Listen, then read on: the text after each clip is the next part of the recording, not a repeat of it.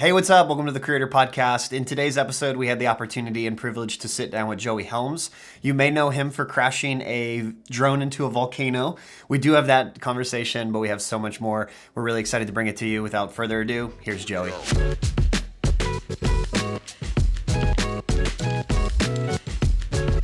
All right, Joey, thank you so much for being here on the podcast today. Excited to have you and chat a little bit about filmmaking and your career. So thanks for being here, man. Thanks, man. Really stoked, Josh, and thanks for having me. Yeah, so real quick for listeners right now, tell us a little bit about who you are. Woo! Oh God, it's like I should have prepared for that pitch here. Hi, my name is Joey. I'm a filmmaker, content creator, photographer. Started all out with photography, and then in my day job, I'm a creative in the advertising industry. So it's like kind of a mix between sort of like the conceptual part as well as the executional part. And born and raised in Germany, lived across different countries, and now ended up in Chicago for the past 8 years. Sweet. How are you like in Chicago being here for the last 8 years? I dig the city. I mean, it's sort of like a little bit underrated, and I think people know it for the summers. And this is definitely as like a citizen or like as a resident of Chicago, I definitely like sympathize with that and always look forward to it. But we suffer through the winter so that we can actually enjoy this beautiful summer here. Oh, don't I know it? I live here in Kansas City, Missouri, so I get like fairly similar weather as y'all. So I know that the winter is just around. yeah, it's just around the corner, and so the weather is like brutal during the winter. Yeah. Well, sweet. So you said you got into photography first. It started with photography. Can you tell us a little bit about like when you first started shooting photos and like how that came about? Yeah, no, that's a great question because for me I think it was like 17, 18 or so, when I was looking just, as you explore yourself and like who you are and what you're into. For me, it was clearly I needed some exploration of the creative vein and expression through something creative. And photography was like an interesting endeavor, as you know, adult, because it is also a mix between creative and technical, and they have like these two elements playing with each other, and there's so many variations of it. When you start out with photography, it's always like, how can I make look something professional? And the first thing like when you pick up your DSLR is like, ooh, shallow depth of field. This is the thing that will make it stand out and make it look more premium and professional. And that was the hook. I mean, bluntly saying, it's that's how I was like, oh, I wanna make good looking photos and like that don't just look cheap. And that got me into photography and really dabble mostly in architecture, urban, and then also landscape. I'm not really good with people like photography, especially photography. I just don't figure out how to hit the button in the right timing and how to shape people in terms of like their position so that they look good. So yeah, especially back then I stayed with things that don't move around and where you can take your time to compose and think about it and wait for the right light. That's cool. Did you have any family members that had a camera lying around the house, or did you grow up in a creative household where that kind of spurred your attention to want to do that? Yeah. Or? No, it's a great question. My dad is a graphic designer, so certainly like there's that creative vein in my family. Yeah. And I honestly never thought that I would follow that path as much as I eventually did, because like in school it was never like, oh, creative arts. That was never my path when I was younger. But yeah, with photography, it really started with that in that direction. And my dad was like filming like our vacations, and then he went into his like, I think they were called iMac, these colorful Macs. Yeah. First like had these like screened, and yeah. So he always used those to edit like our vacation films, and so it's like always nice in memory as well. But like that's what when I first like saw filmmaking happening as well, and then my dad's sort of like vacation filmmaking style, and he still does it like when he goes out with his brother like on like road trips or so. but that certainly possibly sparked it a little bit now in retrospect, for sure, a passion into that in that area. Do you guys now like talk shop with camera stuff and like just video and filmmaking? No. No. No, he just had this like digital video recorder camera, with these little cassettes like DV, and then you had to like play it back in order to digitalize them and then put it in like whatever editing software you were using. Like he stayed away from that. Like he didn't progress into that. He's great at Photoshop and all that stuff, and has been for decades. Right, that's his thing. He always worked on Macs. But so from the filmmaking angle, he has not like gone deeper. He's like he's shooting on GoPros, mounted to cars and whatnot. That's his style now. He's just capturing like video of absolutely everything going on in life.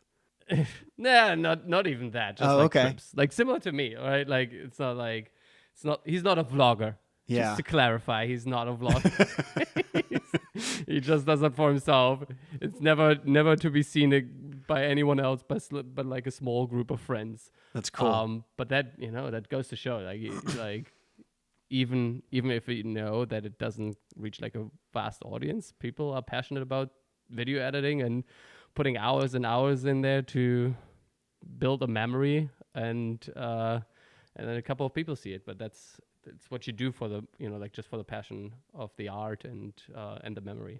I think that's really special when we're like as creators. It's really special when we can create something that's for us, and it's not. There's not this like worry of it like going viral or feeling like it needs to like everybody needs to see it. There's something really valuable and special about having stuff for yourself. Is there things that you do for yourself, like in a creative sense, that maybe not, that doesn't go on YouTube or doesn't go out on places? Frankly, the YouTube channel is that for me. Oh, cool. Because as mentioned, like I like as my day job in advertising, it's always creative by committee. It's always like 50 people working on the spot. Or more, and it's never like your thing that eventually comes to life, and you come to grips with that, and you know how to manage the those kind of workflows. But that certainly leads to the place where you need another creative outlet, and for me, that's for sure my channel.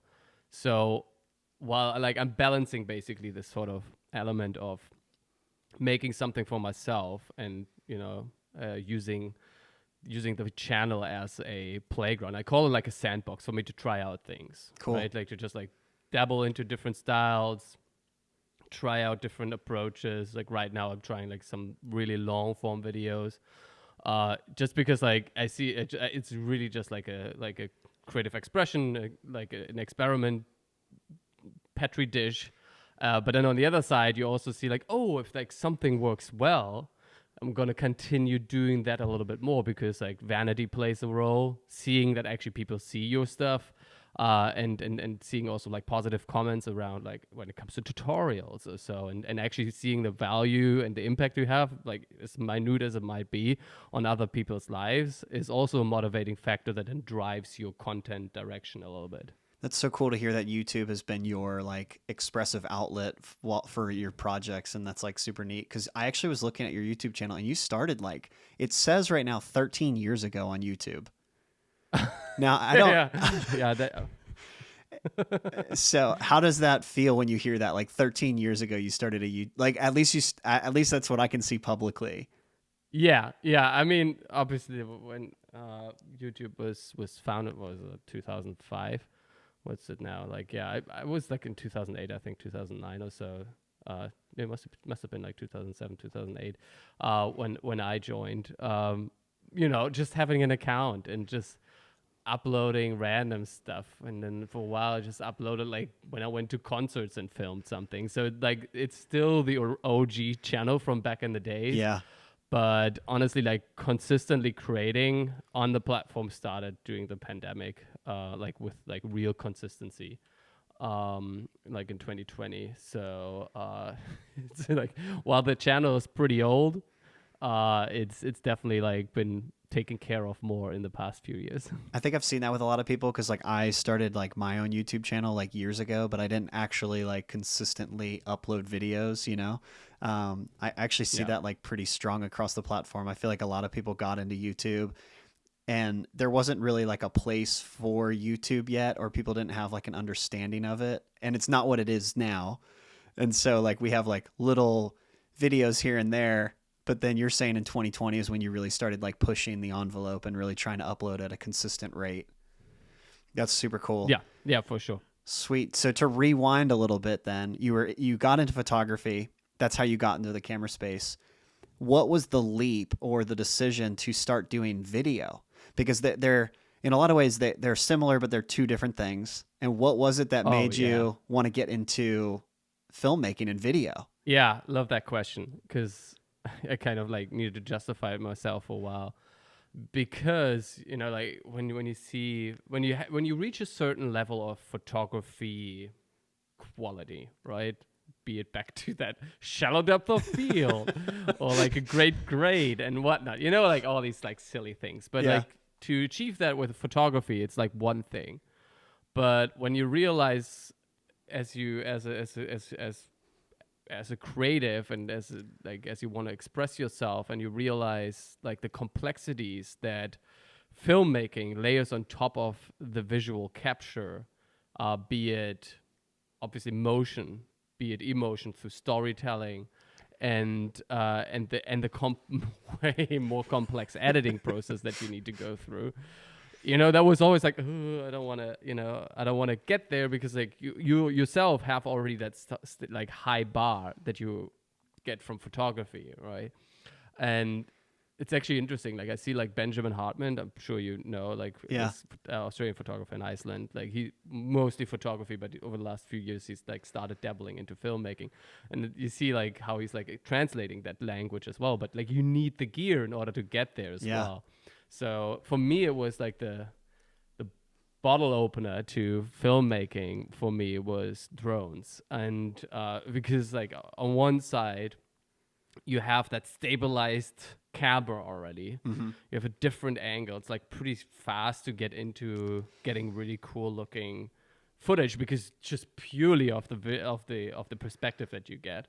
And so for me, that was the starting point to get into filmmaking from photography. And honestly, like when I got the drone, I mostly filmed with it rather than shooting photos actually with it. And so that was really this change. And then, you know, like I think it was the Blackmagic Pocket Cinema Cam. Is it Pocket? No, Blackmagic Cinema Camera. Was my first one that I got, and it was like a brick, 1080p. I don't know what the max frame rates were, but that one was like, ooh, let's try out like that kind of area as well. So that was really the shift over from photography to filmmaking, was like enabled by drones. Droning is like such a cool thing because, like you said, you get such a different perspective of how things look. How did that make you feel as you started like flying drones and you started looking back at that footage? Yeah, oh my God, I wish I gotta dig into my hard drives to see my first drone flight, honestly. I think I could still like vividly remember it. And when you start out flying drones, especially like, what was that now? Must be now, was it 2016 or so? So a couple of years, 7 years ago or so. Yeah. I think it was the Phantom 3 that I got. And, you know, like when you first fly it, especially in the city here, and the regulations were like not a thing back then either. It's like you launch it with this adrenaline rush every single time, and you just go up and look around.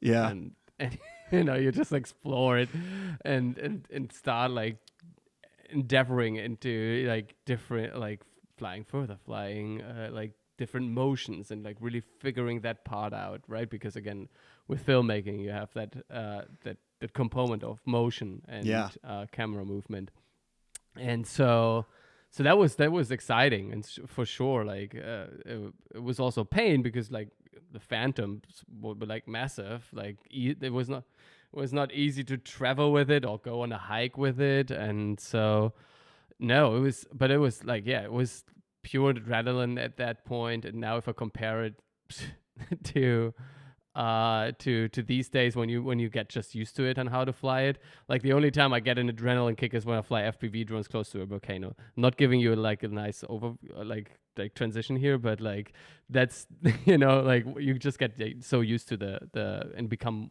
one with the technology in many ways, that you just like through the experience get like so used to it, and you don't get that kick anymore unless you push yourself. What I find always fascinating, and this is like one of the driving forces and rooted back into my photography days, is landscapes and nature.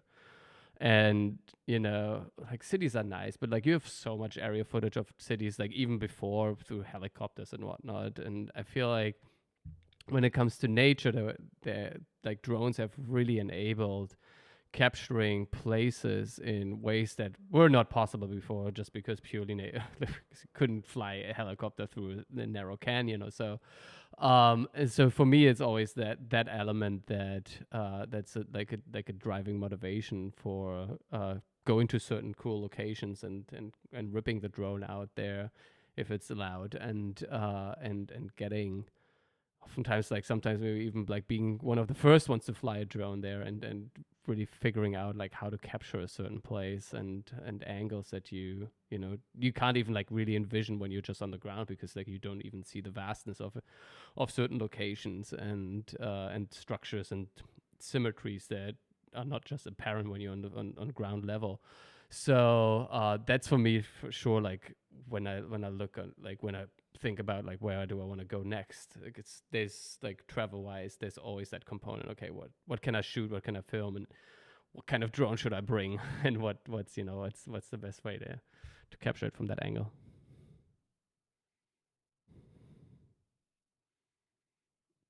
Yeah, I have a good range. I mean, it's between the Mini 3, the Mavic 3 Pro, the FPV, the DJI FPV, and the Avata. So two types of FPV drones and two types of like standard drones. So pretty well covered here. Don't need more.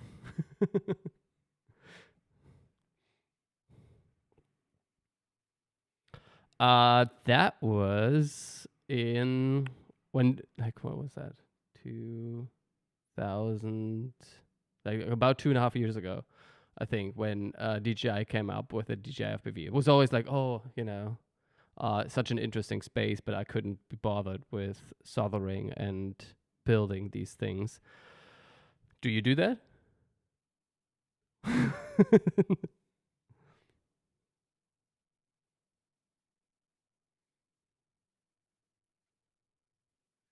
It's liberating.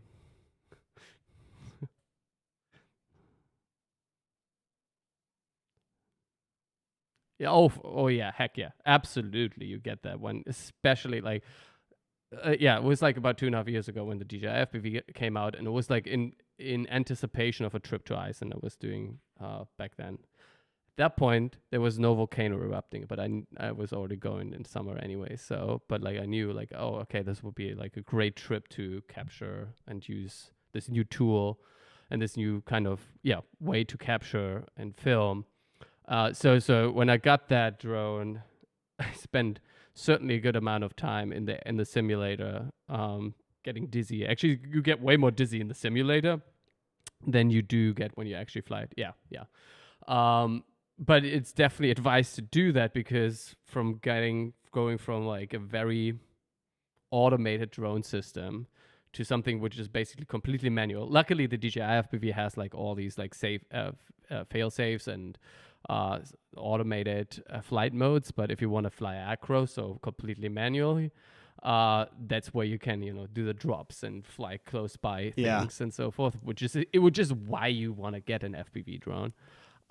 So for me, it was like like flying these things for the first time was certainly that adrenaline kick that I got from flying a normal drone for the first time when I did that. And but you because you like complete in your own control, it's definitely a little bit terrifying, because like if you don't pay attention for a second, you could totally lose it, or crash it and just destroy it real fast. So Yeah, no, it's fun. It's like like flying normal drones these days is not fun to me. It's just like the fun Right. part is like capturing, right? But flying an FPV drone, just flying is fun, you know? That's cool. And You don't even have to hit so record. no, it's just like sometimes you forget about it. It happens to the best, you know?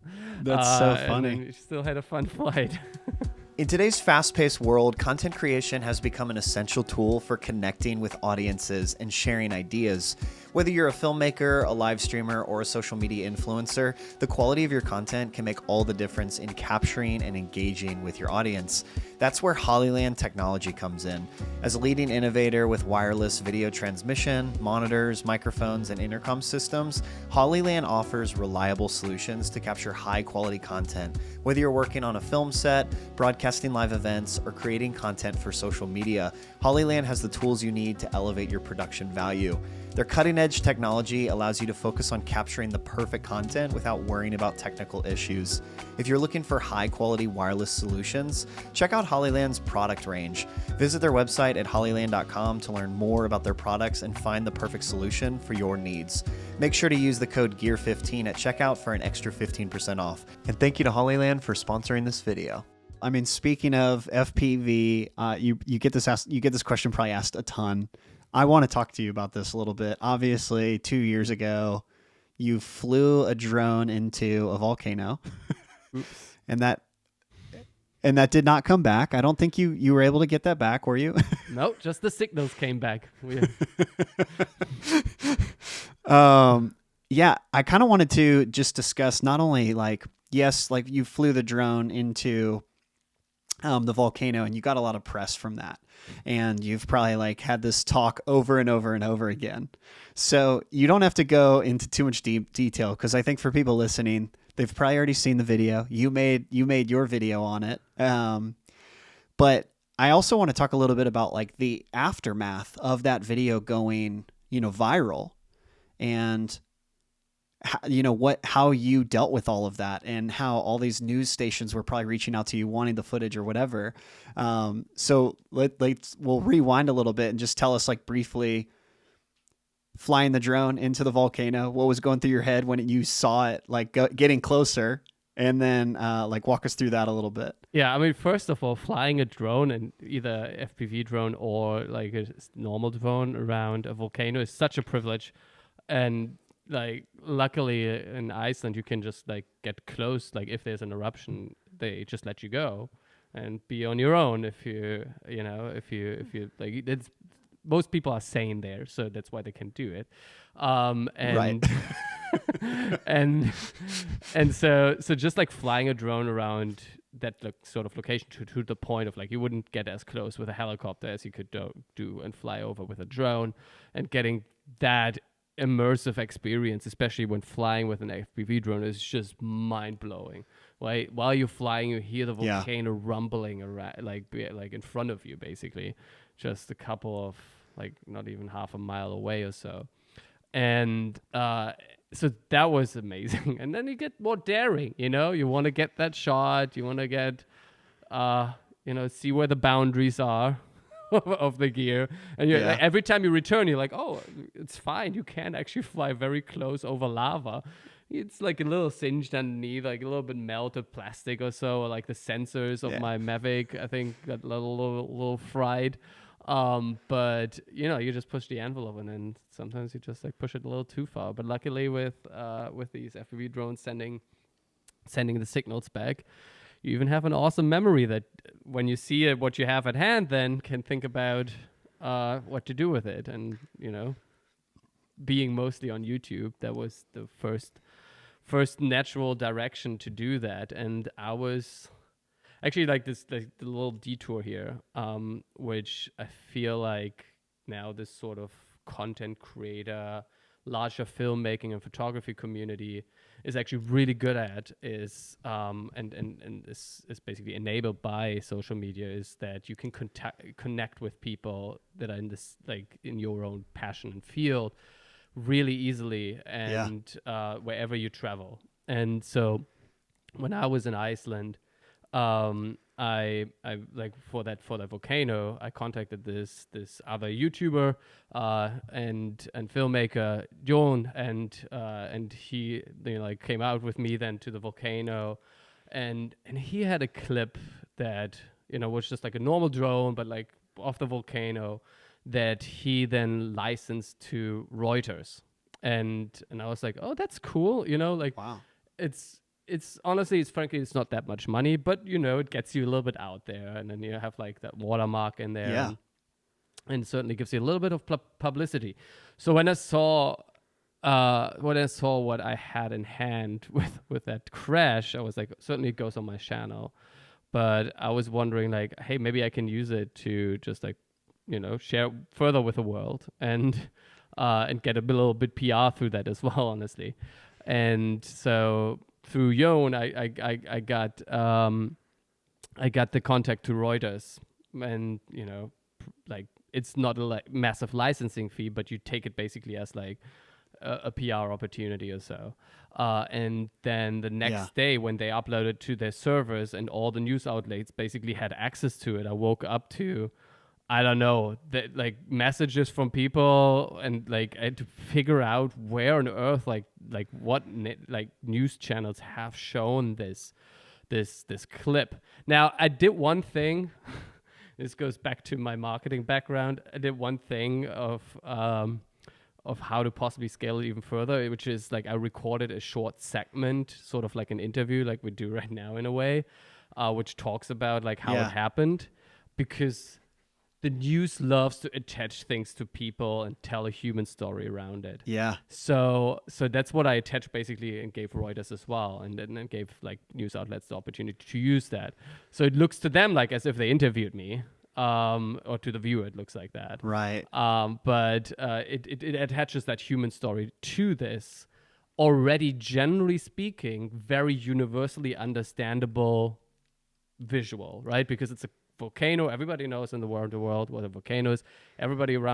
Most people around the world know by now what a drone is, and mixing these things together was very easy to understand. And that's my theory on why I think so many news outlets, I mean, we're talking obviously the Good Morning America, BBC, like the biggest news outlet in India, like the public news station in Germany in the evening news had it. I'm like, I couldn't even really process it at that point, but like, yeah, then like some requests came in, and it was like, I think the first time was like on an Australian TV show. They had they interviewed me, and then I think the big one was really the BBC morning show.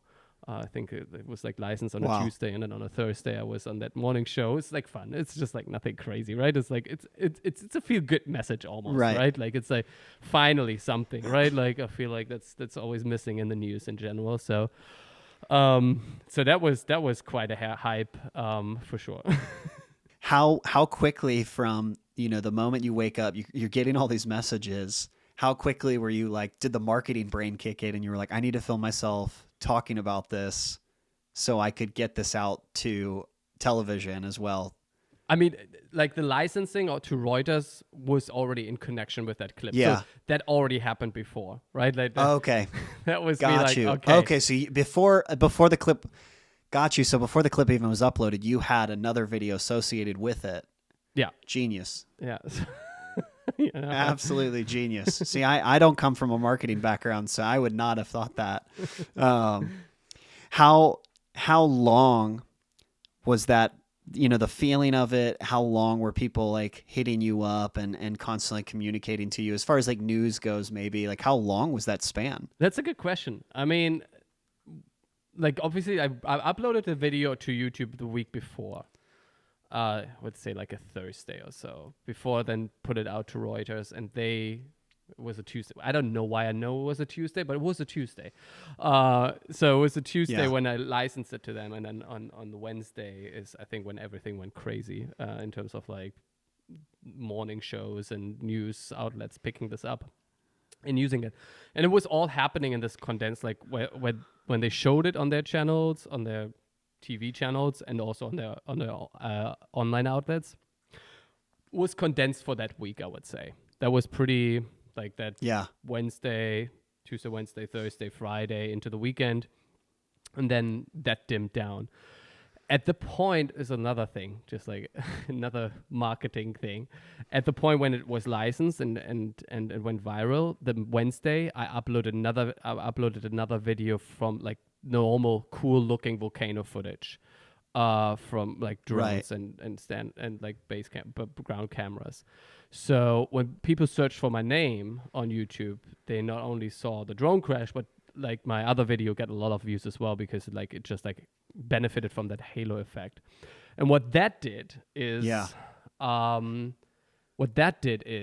it showed a very, very niche audience that I care possibly the most about eventually, as from a business perspective, that I actually have footage that is good looking, and that I'm a filmmaker that could be contacted to license that footage outside of the volcano crash. And that was a wave that continues to the day a little bit, of where then producers from nature documentary, I can't like share names, but like, you know, nature documentary, any like the nature documentaries we know, right, contact you and want to license footage from you. So be it the volcano stuff or other stuff. So it put me on the radar of producers, and not only producers but also like archivists, like for these production houses, to contact me and see if there's like an opportunity to collaborate on archival footage from either the volcano or Iceland in general or any other location. Yeah. How did that make you feel as you start getting these like really cool calls from people wanting to license your footage and all that? Yeah, that was dope. I mean, like it's still cool. I mean, these productions take a long time. I mean, the stuff that's not even out, and I talked like years ago with them, you know. But it's, you know, it's like it's something as like someone who's like into filmmaking from a documentary and nature angle, is exactly the direction you want to, you know, like the people you want to talk to, and you know, sort of like a dream coming true, and it's certainly like a confirmation that the hard work pays off as well, of like, you know, hiking out there in that instance to the volcano every evening, like around 8 p.m. overnight there, and to just capture the sunset. Like that was in May. Sunrise and sunset are very like, or the night is very short at that point already, and so you spent the evenings there to see the sunrise and sunset, and so, and it just like pays off. I don't know if my back will be payback on my back at some point for sure, with always like a couple of drones and a red cinema camera and just like by yourself up there. But it's certainly a great feeling then. It's cool to see that the work that you were putting in beforehand, you know, because you were passionate about it, you loved it, and you wanted to make these videos because, again, you were passionate about it. It's cool to see that passion eventually pays off to brands and companies and people who are in the same industry that you want to be in or want to work with. Because it'd be one thing to go viral for a video that you're not even that like hyped on, right? And then all of a sudden people start hitting you up and you're like, well, that's not really like what I want to do. So it is really cool to hear your story, that, you know, what you made and the hard work that you put into it eventually got you into doing a lot more travel filmmaking, a lot more drone footage, you know, a lot more stuff. How has that been, you know, 2 years since you've crashed the drone, and now what are you doing with like your footage, and you're going on these trips? I've seen like a lot of different travel filmmaking stuff from you, and it all looks phenomenal. Funny enough, I actually saw the filmmaker's Instagram profile. They were showing, and what's funny is when I was watching it, I didn't even realize it was you in the video. I just saw them hold like the camera operator holding one of those new DJI cinema cameras. What are those called? The 4D? Oh, the Ronin 4D. Yeah. Yeah. So I saw the footage. Yeah, the chicken cam. So I saw the video and I was like, oh, that's a really cool clip. And then I was like, oh my gosh, that's Joey Helms. Like, that's so funny. So it's been cool to see you making like other pieces and doing like other work. Even your latest video with Chicago, like the streets of Chicago, was so well put together. It was beautiful. So it's you. been super cool to see you do a lot more like landscape video stuff. And so how's that been like, just 2 years later? Yeah, I mean, it boils down to why I'm doing this and what I'm passionate about. Because again, it comes to the point of like, I dialing back a second. This, as everyone who's watching this knows, this is a lot of work, a lot of hours that you put in aside from a day job. So you need to find some either intrinsic motivation or monetary motivation, or a combination of the two, to get you going, keep you going, and justify the hours and hours and hours and hours you put into this. And so for me, it was just like how approach any project on YouTube specifically, as well as, let's say like there's a brand contacting you and they say like, hey, we have a new drone. Guess which brand that might be, right? 70% market share. And you're like, okay, like, are you referring to that one Chicago video with the drone one? Yes. It was. I think it was your latest video that I just saw, and it was just the streets of Chicago. Yeah. So like to that video is a good example of how generally I approach like these like YouTube projects, and again, like intrinsically motivated to make something that makes me happy. Is basically like, hey, brand comes to you, like you have like this product to play around with, and then you just look around and look at what you have at your own disposal, what's relevant right now.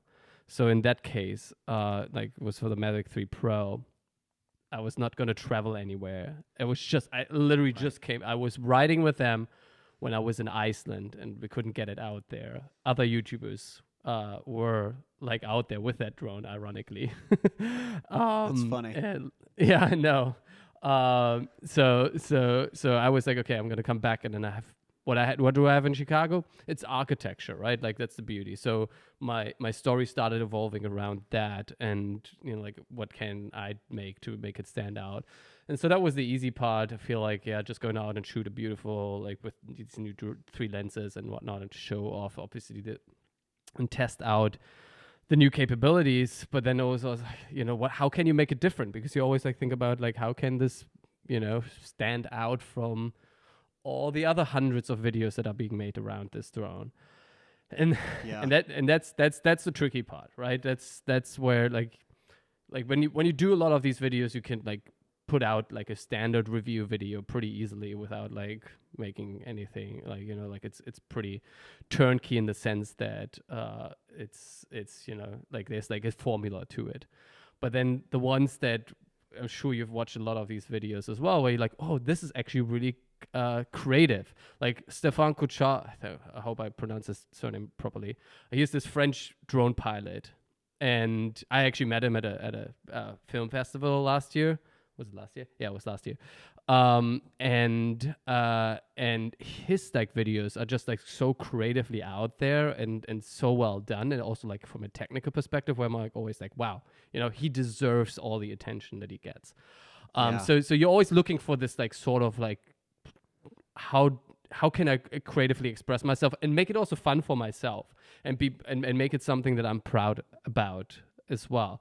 So in that case, back to that drone video of Chicago, it's like, okay, well, I want to express a little bit like the beauty of the Chicago architecture, and rather than just like putting super text in it and give some stats, started writing a script, but that didn't feel right. But now like we're in this space where you can just like drop in the script into ChatGPT or Google Bard and say like, hey, make this sound a little bit more poetic, and then it started rhyming it, and I was like, okay, let's do it, make it as a rhyme. And then I started like get this whole script as a rhyme, and when I recorded it, then it like I started being melodic about it and started like sort of like singing. I wouldn't call it singing, but it's certainly like it sounded to me at some point like a Hamilton song, which is like sort of like a musical rap sort of thing. Right. And that really that like up until that point, I was not happy about the video. Like I was like, okay, it was like, it's like very standard. But that really brought it over the line. And it goes back to the point of like, what kind of things do you have to play with, and how do you combine those to make something that is different and stands out a little bit? I think there's a lot of people who are watching YouTubers. They're seeing people in all these beautiful places, and maybe they feel like sharing their story isn't worth anything because they don't live in the big city or the big, beautiful ocean or something. And I think it's so important as creatives to be able to take a moment and understand that where you're at is important to your story. And part of the creative element is being able to take your surroundings and showcase it off in such a beautiful way. And, you know, I think you've done a phenomenal job at that with the video that we're talking about specifically, of just showcasing Chicago in this really beautiful sense. And I think that's so important for creatives to be able to do that. And hopefully that's encouraging for people listening, that they don't feel like they have to be in Los Angeles or New York City or whatever. They can be in the city that they're at. What do you think about that? Yeah, no, I'm certainly blessed here being in Chicago and having beautiful architecture and the lake and different sort of like shooting environments where I could just go out and find a cool place. But honestly, like, I would love to have a suburb sort of style, and like loads of big movies were like shot in suburbs, or like, or even TV series, just to create that vibe. And I think you can do it in any, like, and find those kind of, environments to create anywhere. The thing is, only when you live in one place, you just get so numb to it. And I find myself with that always as well. It's like you just get so numb to like your environment that you don't feel inspired by it anymore. It's not special. You don't see the special things in it easily anymore. I don't know why it is, but it's always been for me as well. Like, no matter where I lived, I tend to travel further away rather than exploring my surroundings and, like, enjoying that part and seeing the beauty in that. It's like, it's always the distance that is alluring, and the new stuff. Yeah. But if you just go out and take like a fresh look at it, and honestly, like, I think the easiest way is possibly to look at it from an outsider's perspective. If they would come to this place, of like, what would they look at and how would they feel about it, and what could they discover? And I would love to, as I'm thinking about it, like, I would love to have like a suburban shot and shoot something there. Yeah. And especially because there's not that many cars. You don't need to worry about that many people, Yeah. Like, you can do things there that it's like harder in the city. But yeah, it goes back to like what's at your disposal, and taking those elements and make and tell your story through those pieces that you have at your hand. I think that's a really good segue into another question that I have. Using things at your disposal. You made a video, I saw it was 7 months ago, and you compared, I think it was the Red Komodo versus the iPhone. Oh yeah. And you, and I'm not gonna lie, I've been doing video for 10 years now, and I watched that video and I realized I almost had the question of like, why do I even have a camera? And I know there's like so many different things that we can talk about, as far as like, there's, when you get into filmmaking, there's a reason that people use the cameras that they use. But for somebody getting into filmmaking, photography, they have something at their disposal, which is really a great tool to use. And it's their phone. And I wanted to kind of pick your brain a little bit about that, for somebody who's maybe asking the question, like, Joey, like, what kind of camera should I get? And they've never done it before, but they have a newer iPhone. What would you say to them? So I don't know if I'm the best person to answer that question, because certainly, like, as filmmaking YouTubers or photography YouTubers, we always fall into the trap of getting the newest gear and being, honestly, frankly, being motivated by it and excited to try out something new, and that being the spark of like a new project. And I'm the first one to admit that definitely is the case for me. I kind of wheeled it in like a little bit. I feel like I have it more under control now. Yeah. But I mean, at the end of the day, this is like, sounds like so stereotypical, but like, a story is king, right? Like, however you're gonna tell, like like the tool itself is just like enabling you to tell the story. If you have a strong story to tell, yada yada, that's way more important.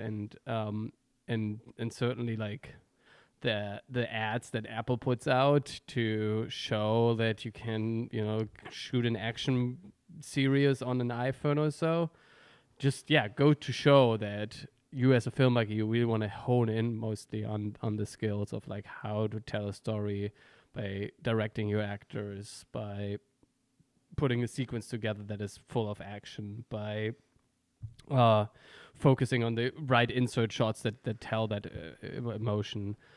And so from that angle, certainly like that's way more important, and you don't necessarily need a fancy camera.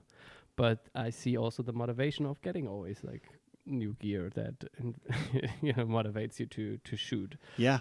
So it's like it's a balance, but certainly like I think if you're a really really good storyteller and filmmaker and very talented, you can shoot it on an iPhone, get the attention that you deserve, and then upgrade from there. Honestly. Yeah, I think that's huge. I think like for instance, my sister-in-law, she goes on all these trips and she travels all over the U.S. And she had been asking me for a long time, like what kind of camera I should, like what camera should I get?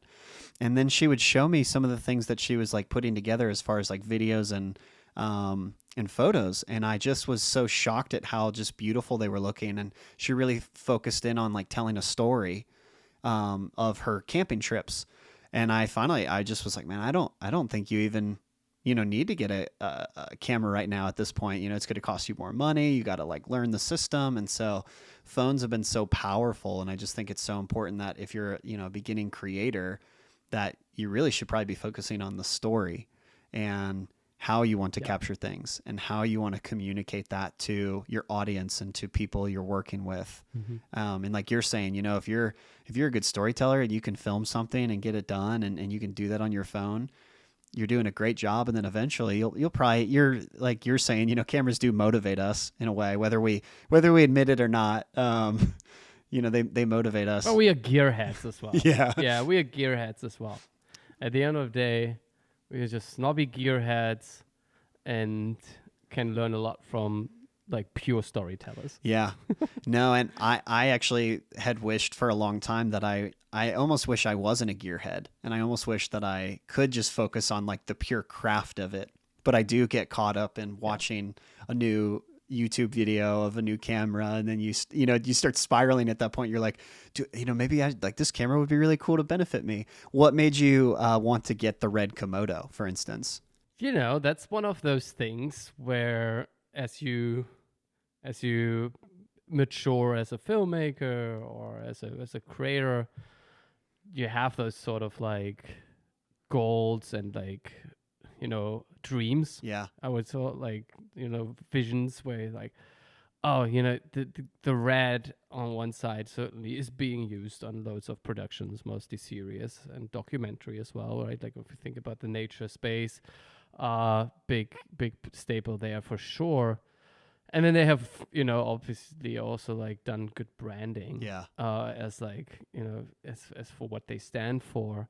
And so those things combined make it like, a desirable camera for someone who's into cameras. But for years I've looked into them, right? And it was like never like really for me.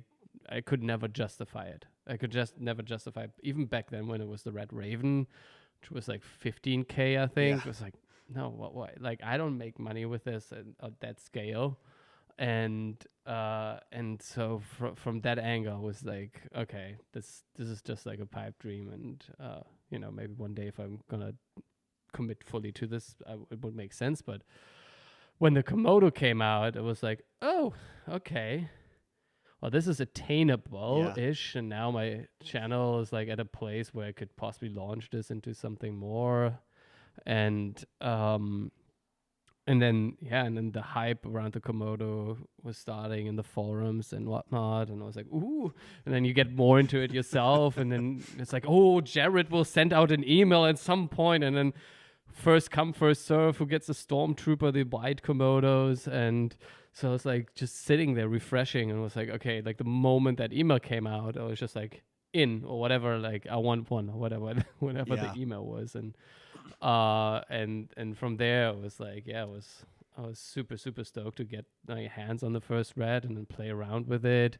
and really like explore it and push me to the sort of, technical, on a technical level to the next level. And also open up jobs that, you wouldn't get before because of the red code raw codec and whatnot, and how it's still being appreciated very much in the industry. So, but it was terrifying. And I think I've said that before publicly. If not, here it is. Like the red community is it's great, but it's also like there's a lot of judgment around when you use these cameras and what you get out of them. When I first saw people getting like even the pre-Stormtrooper and people like talking about the footage that was captured, and it was like not always positive, I would say, not because of like the camera necessarily, but also like what people shot and how they used the camera. And so that was for me when I then got the Komodo.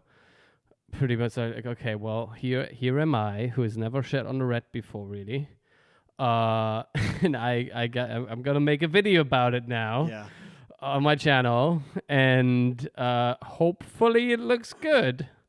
But then the response was so positive overall, and that motivated me then to continue making videos around the camera for quite a while, and it expanded there from there. As you go into the cinema camera space, then you need cinema glass and another monitor and bigger batteries and all these things. So there were like always opportunities to make a video around gear again. But for me, it was always also important that it was not always about the gear, but that there's a story, something underlying the video that is also fun for me to create and to create with my friends.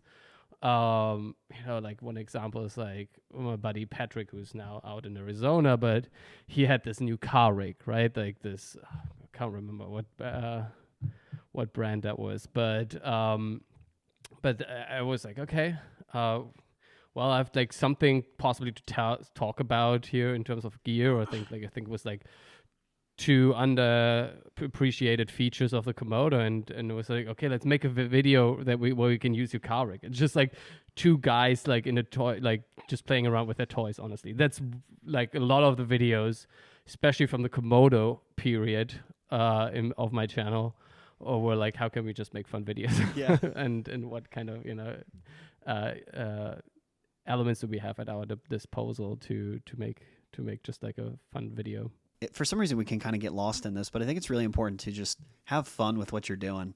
Like you're saying, you just met up with your buddy and you just wanted to make something fun and you had fun doing it. And that feels really rewarding at the end of the day, like there's a lot less pressure and all that, Yeah. I mean, like while it's fun, it's like also a lot of work, especially in the edit or so. Yeah. You want to, tighten it up and then make it look up to your standard as well. So it's like a lot of hours, and then it can be deflating at a point where you're like spending 40 60 hours on a video, and then it just gets like not the amount of views that you usually get or so. But at the end of the day, I always just dial it back to like I'm doing just like for the people who appreciate it, that they're watching it anyways. And then also for my own creative expression and development as well. That's cool. And at the end of the day, also, YouTube is a great portfolio. So, that's true. Again, it just needs to be these one or two people who need to see your video that then enable you to get another job. I worked with other YouTubers, big YouTubers like Hank Green. He saw a video of mine where I talk about macro filmmaking. Services up as like one of the top videos, and that was like 3 years ago, and since then I've been working with him and his company on shooting like projects for them around macro filmmaking. Wow. And again, it just takes one or two people to pick it up. That is too cool. I will ask one last question kind of to segue into that. Starting YouTube, you've been doing it for a long time now. You've had moments of, you know, news stations hitting you up, wanting your footage. You've been able to partner with different people, different brands. As a creator, talking to somebody who might be starting out, what's something that you've learned over the years, you know, as a creator that could be valuable to share with them who's starting today? I mean, to make it the key for me is to make it sustainable. You need to make videos about something that you're passionate about and that you're personally proud of. It's easy to make 1 or 2 or 3 videos that are a pain in the ass and you just like, it starts feeling like a chore. At the end of the day, find a topic about things that you're passionate about, because you will need that passion to express this in front of the audience and authentically communicate to them, and B, also to make it sustainable for yourself, because you will pour in hours and hours with no outcome, like barely anything. It's not that you like explode overnight. Maybe, yeah, if you're lucky and you have talent, you need both. You need both at the same time. Then you can explode fast. But in general, the output, like if you go in there for the views or the money, that's not it. It needs to be around your passion, and that's absolutely it, period. Joey, thank you so much for sharing everything that you shared today. I think that's the best way to end the podcast, really. I think that's super helpful. Thank you so much for taking time out of your day to be on it. And I appreciate just hearing you and your side of things. And it's nice to finally like meet you, you know? So yeah, virtually. Virtually. Like, whenever you're in Chicago, like you're not that far. You should just pop over here. Yeah, no, I'll definitely have to swing by, since my sister-in-law lives out there. So, well, Joey, again, thank you so much for being on today. Thank you so much for your time and your wisdom.